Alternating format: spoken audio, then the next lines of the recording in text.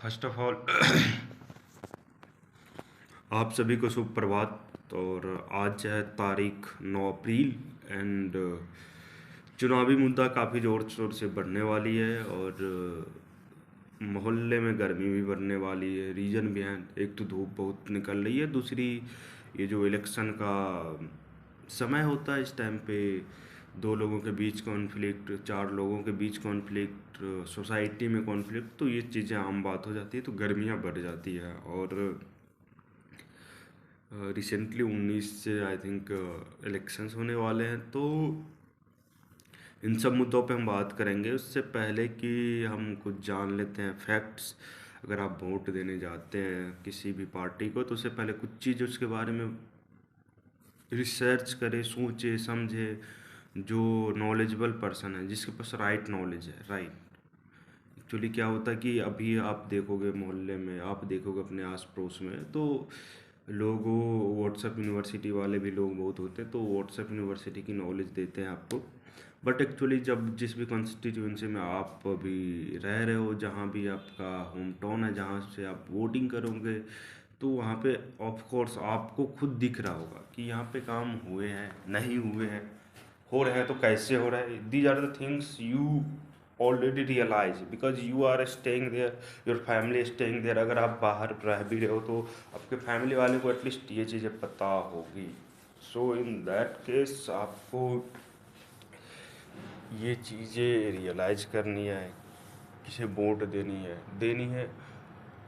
One thing you have to keep in your mind, जो भी आने वाला है 5 साल के लिए आना है, राइट, पूरे 5 साल के लिए।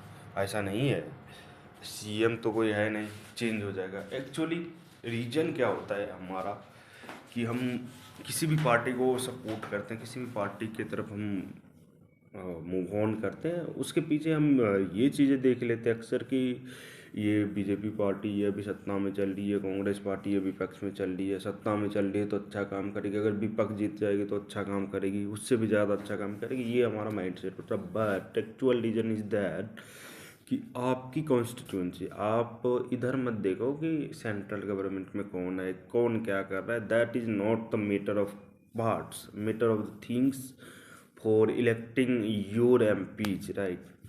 सो आपको अपने कॉन्स्टिट्यूंसी में, आपको अपने एरिया में देखना है who is the perfect for your constituency, right. Who is the person perfectly will do all those things. What was the agenda of that particular person in your constituency, वो क्या करना चाह रहे हैं। अब उनके पॉलिसी ऐसा तो नहीं है कि हमारी जो सेंट्रल गवर्नमेंट है, हमारे जो अपोजिट पार्टी है, उनसे मैच कर रहे हैं, लाइक हिंदू मुस्लिम, लाइक ये, लाइक वो, लाइक मैं ये कर दूंगा, लाइक वो कर दूंगा। That is not your part, right. अगर राम मंदिर अयोध्या में बन रहे तो that is not linked with your particular constituency. Like if you are in some constituency in Bihar, so that agenda is not your part, right? That agenda is not include in your constituency, right? That is the part of central government, that is the part of Supreme Court, that is the part of that particular central chief ministers. So these are the agenda for that. But if I talk about your constituency, what is main agenda of your constituency? First of all, बिजली, पानी, सड़क, these are the parameters. If possible, employment over there. If possible, betterment of farmers, irrigation system, proper good irrigation system, you can say, renewable energy, education in the sense like schools may be better for your area.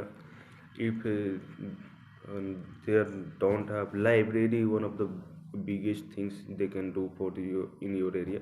So these are the agenda, real agenda is this, right? Don't look over the multiple things, but these are the major factor for any elections, these are the major factors, right? सो आप जब भी किसी को vote करें तो इन चीज़ों के बारे में पूछें उनसे, आपकी कॉन्स्टिट्यूंसी में क्या ये बोल्ड है कि हम ये करेंगे। तो सवाल इस बात की है कि आप किसे चुनना चाहते हैं। ये बहुत बड़ा सवाल नहीं है, सवाल इस बात की है कि जिसे आप चुनना चाह रहे हैं, क्या वो ये चीज़ें करने वाले हैं, क्या उनके एजेंडा में है। अभी देखो, आप जब आप मन बनाते हो किसी भी चीज़ को बनने के, when you keep in mind all those things, जब भी कोई काम इनिशिएट करना चाहते हो आप और उससे पहले एक बार आप प्लानिंग करते हो तो 50% काम आपकी तभी हो जाती है, because you are trying to involving in that particular situation. So और आप उसको एस्टिमेट करते हो, उसको अंडरस्टैंड करते हो, तो 50% वर्क आपके ऐसे ही हो जाते हैं। तो नथिंग अदर देन दिस, तो ये मेजर रीजन रहेगा। तो आप जिसे भी वोट करें, बीजेपी को करें, कांग्रेस को करें, आरजेडी को करें, जेडीयू को करो, आपको करो, सपा को करो, जिसको भी करो, that is other things. But one thing keep in mind, आपकी कॉन्स्टिट्यूएंसी के लिए कौन अच्छा है, कौन बेहतर कर सकता है, तो ये बहुत ज़रूरी है।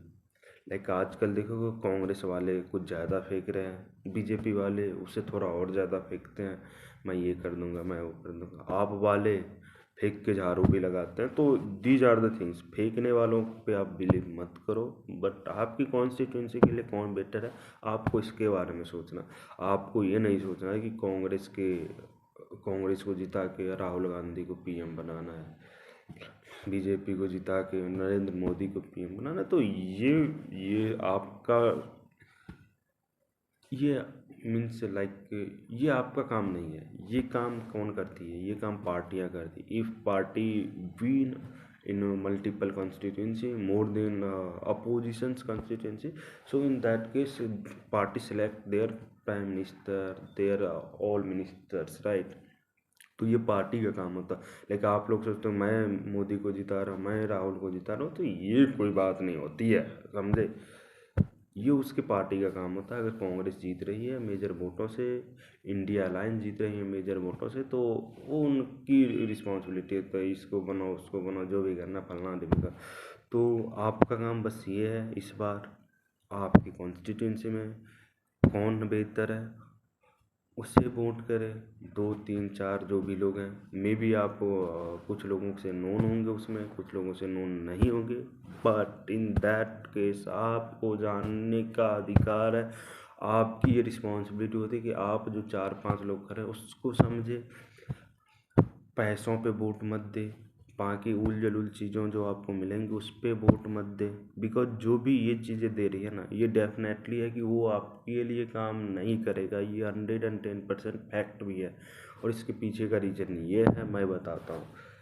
लाइक आपको 500 रुपये दिए, आपके कॉन्स्टिट्यूंसी में सपोज 1 लाख वोटर है जो वोट करेंगे। अगर आपको 500 रुपये दिए तो दैट मीन्स कि वो 5 करोड़ रुपये खर्च कर रहे हैं देने पे। अब क्या आपको लगता है, जिसके अंदर फेयर इलेक्शंस की भावना है, जिसे लगता है कि हमें यहाँ पे विकास करना है, वो अपने जेब से 5 करोड़ रुपये खर्च करेगा?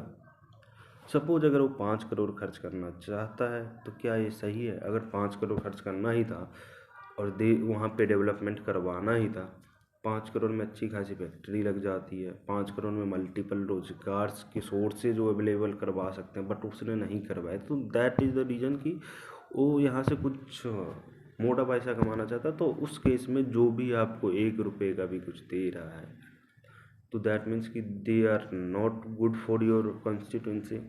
तो उस वैसे आदमी से पैसा तो ज़रूर ले, बट उसे वोट ना दे। पैसा लेने में इसलिए बोल रहा कि अगर आप पैसा नहीं लेते हो तो इन उस केस में क्या होगा, उनके पास पैसे बच जाएंगे, वो अगली बार भी लड़ेंगे, राइट। तो वैसे लोगों से पैसा ज़रूर ले जो पैसा दे रहे हैं, बट उसे वोट ना करें। और हाँ, ये आप सभी का अधिकार है, आप सभी से रिक्वेस्ट है कि आप ज़रूर से ज़रूर जाके वोट करें। ये क्योंकि आप जिस एरा में जी रहे हैं, वोट की इम्पोर्टेंस बढ़ती जा रही है। धन्यवाद।